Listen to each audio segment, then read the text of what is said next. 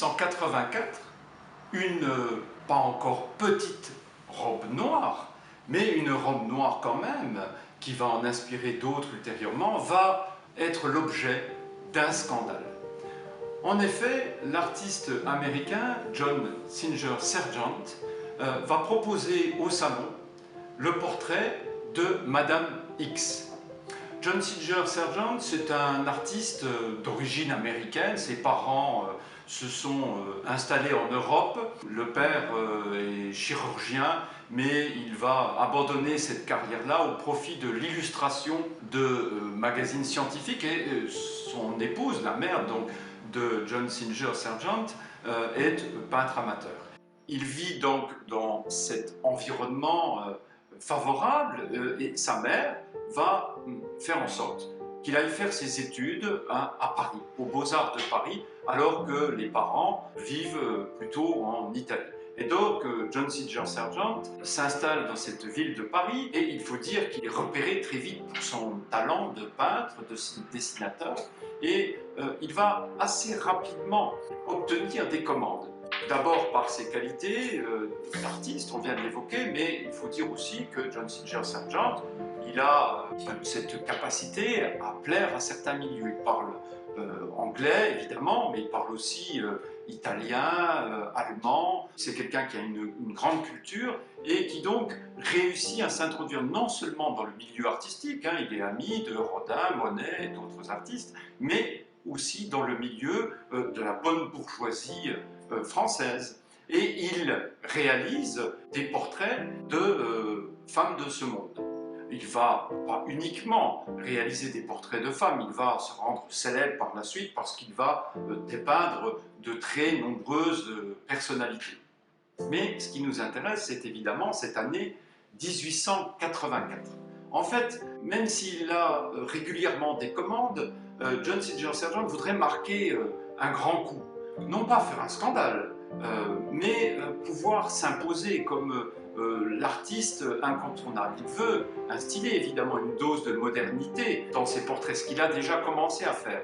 Mais là, il a repéré, si je puis dire, une femme du monde qui a un style, une beauté dont il nous dit qu'il voudrait se mettre au service de cette beauté-là, lui rendre hommage. En fait, il réalise, dans les mois qui précèdent l'exécution de la grande peinture, plusieurs esquisses déjà de ce modèle.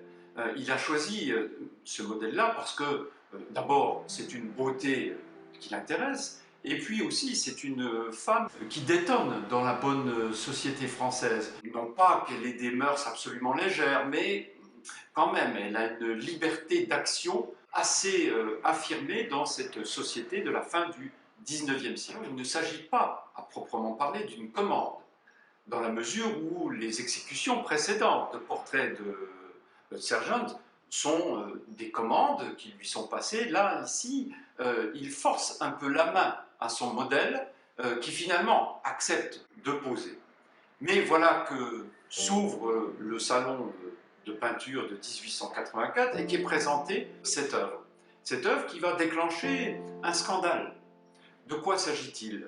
Voici Madame X. En fait, tout le monde va immédiatement reconnaître la personne dont il s'agit.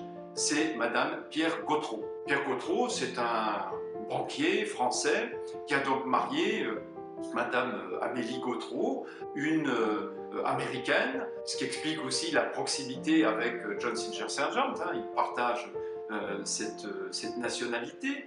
Alors, en quoi cette peinture va-t-elle scandaliser ceux qui vont la découvrir au salon? On pourrait évidemment évoquer la blancheur du teint. Certains parlent d'un teint cadavérique, mais lorsqu'on regarde les peintures de cette période-là, c'est quelque chose qui finalement est tout à fait commun, puisqu'il est bien connu que ces dames à l'époque utilisaient toutes sortes de préparations de manière à obtenir le teint le plus pâle possible. Et en la matière, Madame Gautreau, je peux dire, était une spécialiste. On sait qu'elle utilisait une poudre de lavande, on sait aussi qu'elle utilisait une préparation spécifique pour se teindre les cheveux ce qui donne un caractère encore plus mystérieux à ce portrait.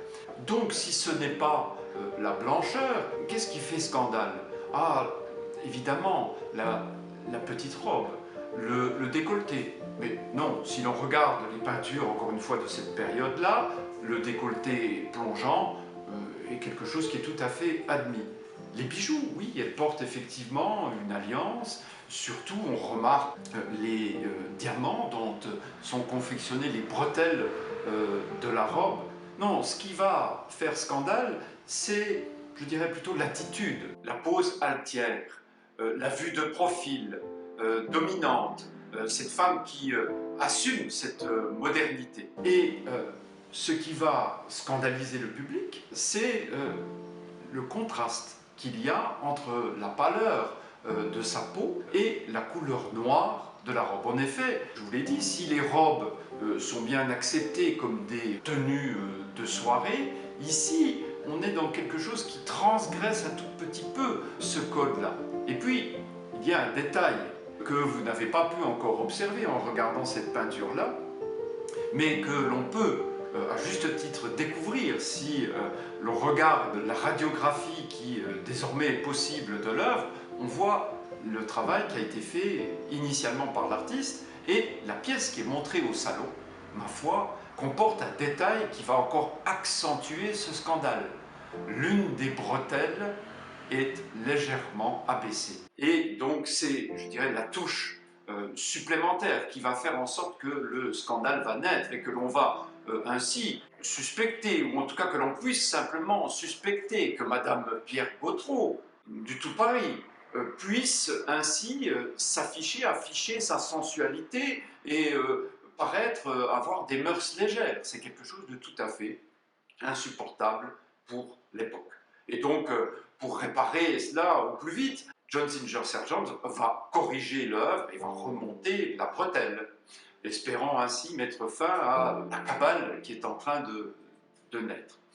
Mais c'est trop tard, le mal est fait. Les commandes pour John Singer Sargent, alors qu'il espérait, avec ce coup d'éclat, avoir celle de toute la bourgeoisie française, eh bien, les commandes se tarissent. Et en 1885, il écrit à l'un de ses amis qu'il envisage de quitter définitivement la peinture.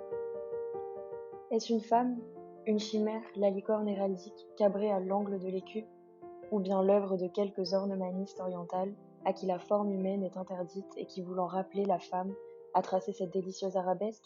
Non, ce n'est rien de tout cela. Si ce sein bleu, ces bras serpentins, ce teint où l'héliotrope est pétri avec la rose, ce profil effilé, cette lèvre pourpre, ces yeux demi-clos, veloutés d'ombre, ont en effet quelque chose de chimérique.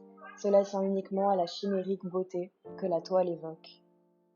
Finalement, il décide de s'installer à Londres et va poursuivre une très riche carrière de portraitiste. On lui connaît près de 900 peintures, mais évidemment, l'œuvre la plus célèbre, c'est donc cette Madame X que désormais on peut admirer au Metropolitan Museum de New York et qui est devenue une œuvre tout à fait phare, sans doute, et c'est d'ailleurs l'artiste qui le dit lui-même, l'œuvre la plus importante de John Singer Sargent, à tel point qu'il l'a conservée jusque dans les dernières années de sa vie, dans son studio à Londres. On peut la voir dans de nombreux clichés qui représentent ce studio-là, et il n'accepte de la vendre que quelques mois après le décès de Madame Pierre Gautreau.